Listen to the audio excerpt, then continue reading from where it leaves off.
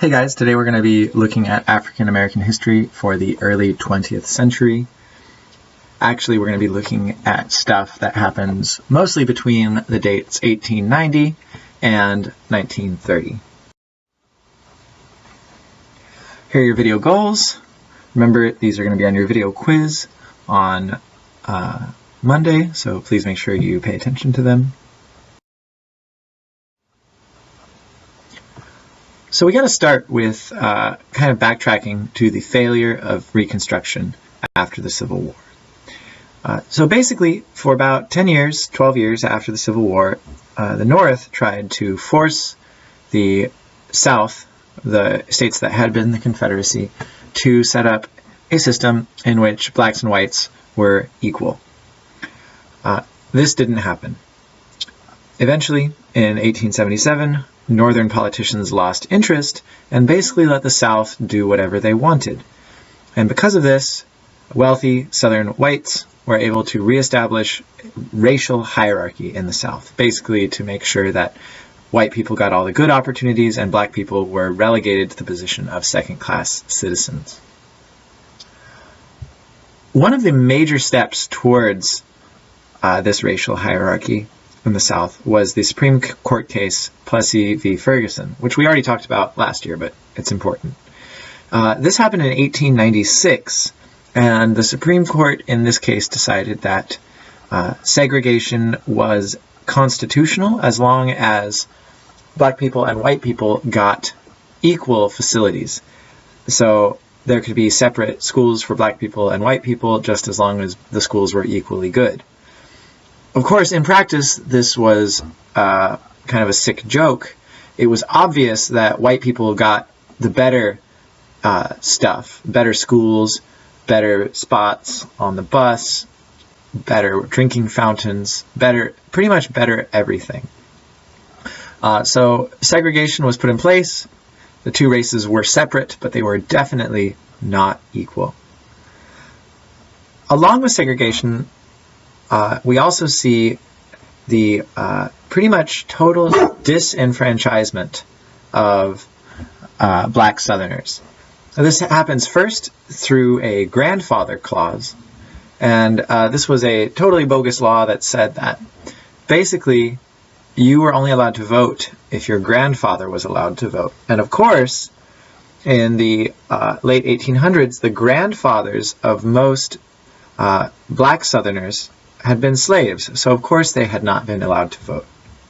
However, this rule was made unconstitutional in 1915 by the Supreme Court, but this didn't stop the white Southerners from disenfranchising black voters. Instead, they introduced new ways of keeping people from voting, including literacy tests and poll taxes.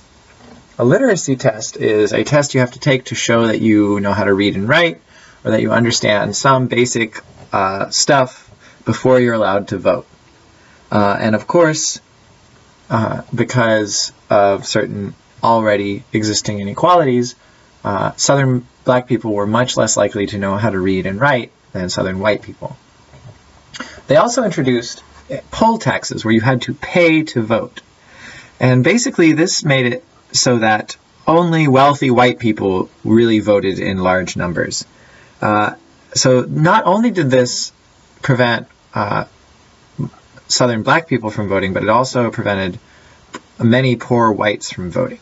So this basically put the South in control of rich white people, which, as you remember, were the same people who controlled the South before the Civil War.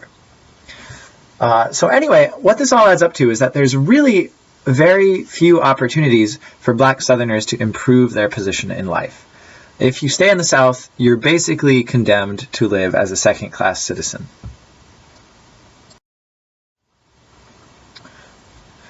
Obviously, this is not what a lot of people wanted to happen. Many people during the Civil War and after dreamed of creating a truly equal American society, especially many educated black leaders wanted to see this happen. And so with the failure of Reconstruction, a new group of black leaders emerge with different strategies for seeking equality. So Reconstruction has failed. What can we do now to seek a fair and just place in American society for black people. And the two major leaders who emerge are Booker T. Washington and W.E.B. Du Bois. And these guys have some ideas that they agree about, but they also have different ideas about exactly how equality could be reached. So they both agree that education was crucial for the gradual improvement of black people's lives, but they disagreed about exactly what sort of education they should focus on. And so we're going to look at these in a little more detail. Booker T. Washington was probably the most influential figure during this time period. He had gone to college, and he worked the entire time to get himself through school. He attended an all-black college in Virginia called Hampton College that was founded immediately after the Civil War. And while there, he developed into a very skilled speaker and also a very skilled politician. He was able to get white leaders and rich white philanthropists to work with him to help address problems of racial inequality. He became so well known and respected among the white community that he was eventually asked to join Teddy Roosevelt in the White House to discuss questions of inequality and racial injustice. And Booker T. Washington's strategy is controversial. He laid out his ideas in a speech called the Atlanta Compromise. And basically what he said is that black people in the South, for a time, should accept segregation and all the other injustice that's going on in order to win white support for basic black education. He argued that before Southern black people could stand up for themselves and fight for equality, they had to acquire some education, because many black people in the South had no education and no skills except for the skills you needed to be an agricultural worker, that is, like a sharecropper. And so because of this, he argued that basically for a while, black people shouldn't worry about political equality, but should instead focus on getting basic education and developing basic skills. And that as time went on, as black people got more educated and developed more skills, white people would come to recognize them as equals. And this led into his educational strategy. Booker T. Washington worked really hard to make sure that basic education was provided for a large percentage of the Southern black community. And he worked to raise money. He got a lot of money from rich white Northerners, and he was able to use this money to build thousands of schools for black children in the South. He also was the leader of an all-black university called the Tuskegee Institute, and this university focused mostly on training its students to sort of have advanced skills that they could use to make a living. So rather than focusing on fancy stuff like philosophy or political science or whatever, it focused on giving people skills they needed to get jobs. So advanced agricultural practices or mechanical skills that would allow them to support themselves and their family. And it also focused on training teachers to work in Southern schools. So that way there would be educated black teachers to teach the next generation of the black youth. So that was Booker T. Washington's idea, is basically that political equality could wait, and that what people needed to focus on right now was just basic education and vocational skills. W.E.B. Du Bois, on the other hand, rejected this approach. And he had a very different background. He was born in the North and grew up in an integrated community where he had both black and white friends. And he was the first time he experienced Southern segregation was when he went to college at the all-black University of Fisk University in Tennessee. And he did very well at Fisk University and then went on to get a PhD studying both at Harvard University in Massachusetts and at the University of Berlin in Germany. So he was educated partially in Europe far away from all of these racial issues. And so W.E.B. Du Bois developed a very different strategy from Booker T. Washington. He said that Black Americans had to fight for equal rights immediately, that equality couldn't wait, that it was a human right, and that everybody deserved it right now. He famously once said, "One could not be a calm, cool, and detached scientist while Negroes were lynched, murdered, and starved." And he was referring to the continued violence going on in the southern United States when he said that. So in order to seek political equality and civil rights, he founded, along with some other people, the National Association for the Advancement of Colored People, which is a major political group fighting for equal rights that still exists today. Along with this, W.E.B. Du Bois had a very different educational strategy from Booker T. Washington. So while Booker T. Washington focused on providing Black people with basic skills that they could use to earn a living, W.E.B. Du Bois focused on sort of advanced academic studies, including the liberal arts, philosophy, political science, stuff like that. Because he argued that unless Black people gained education in these fields, they would never be able to develop a leading class of intellectuals and politicians who could argue for Black equality and work for equal rights for everybody. So anyway, while that debate was going on between Washington and Du Bois, something else was happening that was equally important for Black history in the early 20th century, and that is the Great Migration. So as things are getting worse and worse in the South, many Black people, either individuals or families, decide that they should just leave, and they go north, where there is still racism and there's still lots of problems, but there is nothing compared to the total segregation and organized violence that you see in the southern states. And so people start to leave as early as 1900, but it really picks up in 1914 when World War I breaks out, especially in 1917 when the U.S. joins the war. And the reason for this is that the war generates increasing demand for industrial products, cars and trucks and guns and tanks and stuff like that. So as this happens, northern factories need to bring in more workers. And when people start to be sent overseas to fight in the war, factories start to hire Black workers from the South and bring them up to their factories in northern cities. And this draws thousands and thousands of Black workers from around 1910 to the 1930. By 1930, 1.3 million Black people leave the South and head for northern or western cities. And in that picture there, you can see Black and white workers working together in the Ford factory on the assembly line up in Detroit, Michigan.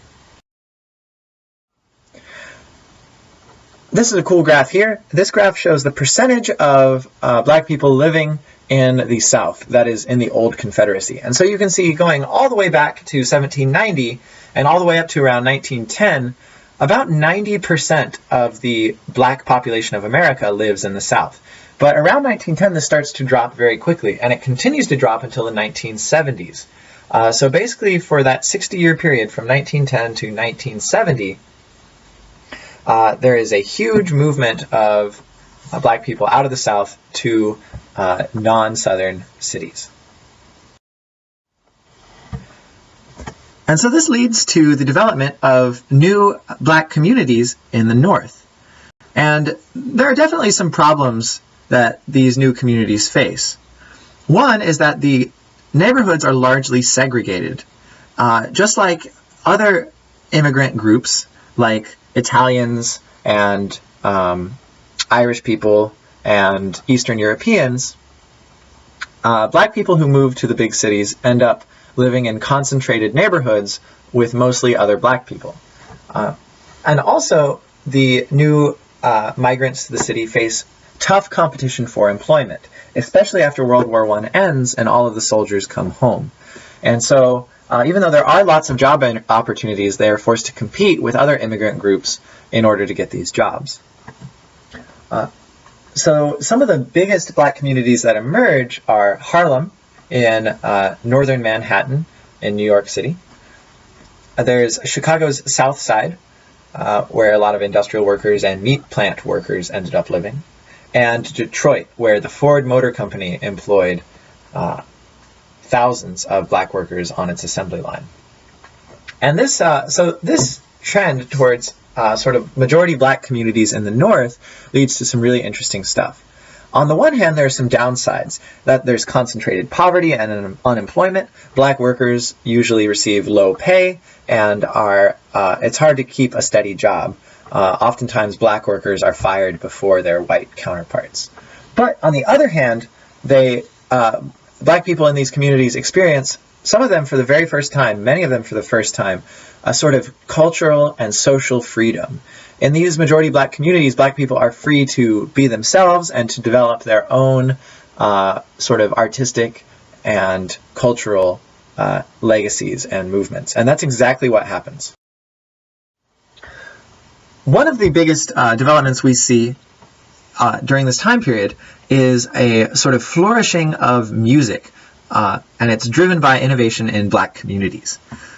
One of the first big developments we see is blues, which is developed in the Deep South, and it's sort of dominated by these self-taught singers and guitarists. And blues focuses on expressing sort of the everyday experiences and suffering of the blues singer.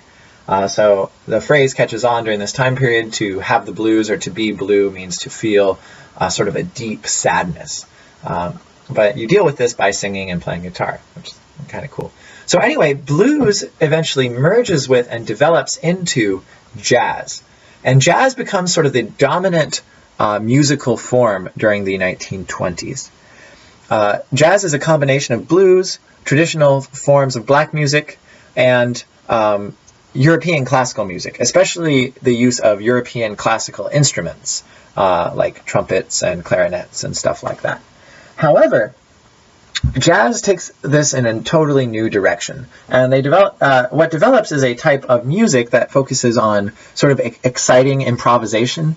Musicians just make stuff up as they go, sort of off the top of their head, and also a focus on sort of masterful performance. Some of the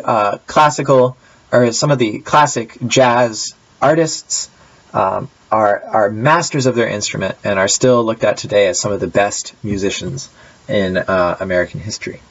Jazz starts in New Orleans, but quickly spreads to northern cities and becomes incredibly popular, partially because it's really fun and it's very danceable, unlike the sort of boring classical music that had dominated white culture up to that point.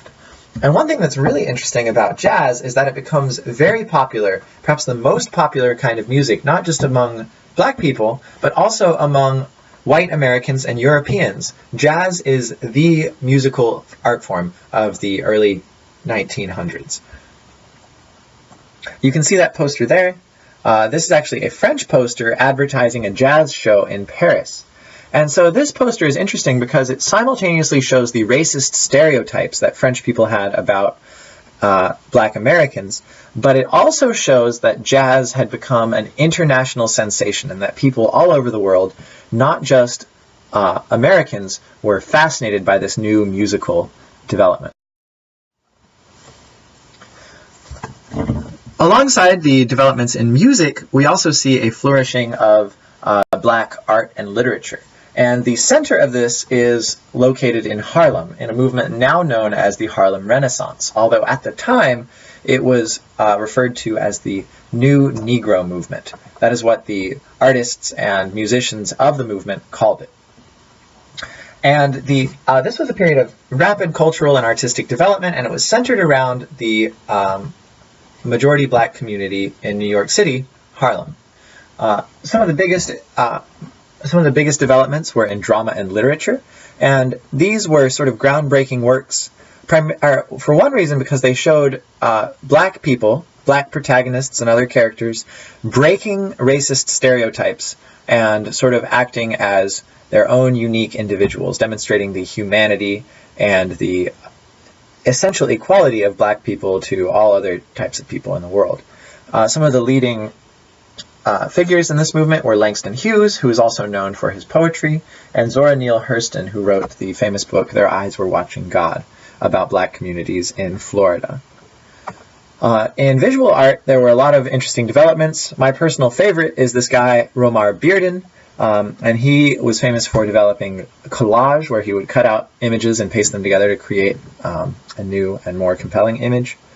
But the basic idea that united all the different Harlem Renaissance artists were a couple different things. One was challenging racism and stereotypes by portraying black people and black life as they perceived it rather than as it was perceived by outsiders. They wanted to explore and express the black experience. And they were also experimenting with combining different cultures.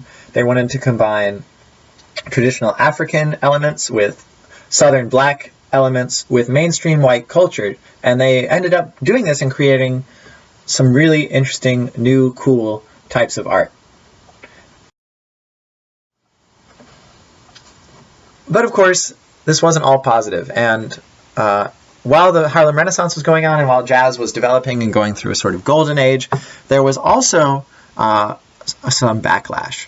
So even though the Great Migration results in a sort of new place for black people in American society, they become an accepted part of northern cities, we also see the continuation of racial injustice and a reemergence of racial violence. So in the South, racism and segregation continues. There's no change in this at all until the 1960s and the Civil Rights Movement.